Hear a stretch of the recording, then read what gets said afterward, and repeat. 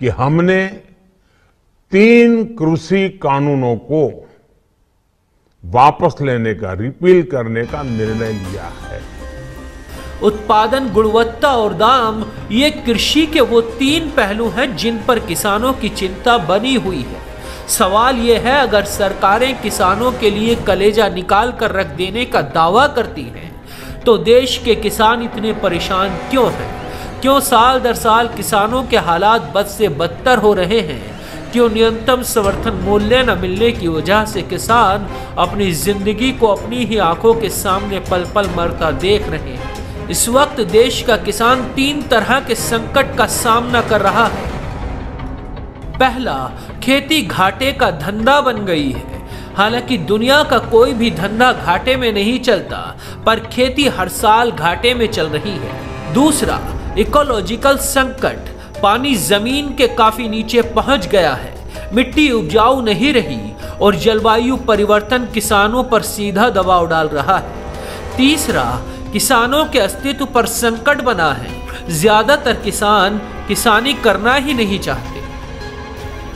जब किसान हर साल कुदरत की मार का सामना करता हो, तो सरकार की मार झेलने की उसमें ताकत ही नहीं बचती।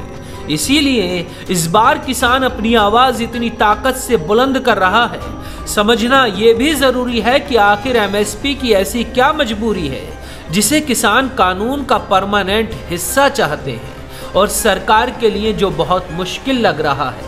आखिर किसानों को एमएसपी क्यों चाहिए, सबसे पहले यही समझते हैं। एमएसपी के लिए किसान शुरू से ही जद्दोजहद करते आए हैं। एमएसपी किसानों के हितों की रक्षा करने वाला हथियार माना जाता है। एमएसपी रहती है तो किसान बेफिक्र रहते हैं। नए कानून आने के बाद किसानों को डर है, अगर उनकी फसल बर्बाद हो गई तो व्यापारी उसे नहीं खरीदेगा। मान लीजिए कि कल देश में मक्का या दाल का उत्पादन बहुत ज्यादा हो जाता है और बाजार में कीमतें गिर जाती हैं, तो व्यापारी कम पैसों में फसल खरीदेंगे। उससे किसानों को सीधे तौर पर नुकसान होगा, लेकिन एमएसपी अगर तय रहता है तो किसानों को ये नुकसान नहीं होगा। एमएसपी किसानों के लिए एक सेफ जोन है, जहां किसानों को नुकसान होने का चांस ही नहीं है। किसानों की सबसे बुनियादी जरूरत यही है कि उन्हें एक निश्चित तय कीमत मिलती रहे। किसानों की जो 3 चिंताएं हैं वो भी समझिए। देखिए, अगर व्यापारी ने अच्छी क्वालिटी की फसल खरीद ली, उससे कम क्वालिटी वाली फसल किसानों के पास रह गई। अगर एमएसपी नहीं होगा तो किसानों की ये कम क्वालिटी वाली फसल औने पौने दामों में जाएगी या फिर किसान के पास ही पड़ी रहेगी। इसीलिए किसान एमएसपी पर इतना जोर दे रहे हैं। उत्पादन में भी यही चिंता है। देश में 85% ऐसे किसान हैं जिनके पास 5 एकड़ से कम जमीन है। ऐसे में छोटे किसान किसी भी फसल का कम ही उत्पादन करते हैं। किसानों का कहना है, कानून लागू होने के बाद कम फसल का वाजिब दाम मिलना भी बाजार में एक चुनौती बनेगा। इन्हीं चिंताओं की वजह से किसान संगठन तीनों कृषि कानूनों को रद्द करने की मांग कर रहे हैं। किसानों का कहना है कि ये तीनों बिल कृषि का निजीकरण करेंगे। इनसे बड़े कॉरपोरेट घरानों को ज्यादा फायदा होगा। किसान लिखित में आश्वासन चाहते हैं कि एमएसपी खत्म नहीं होगी।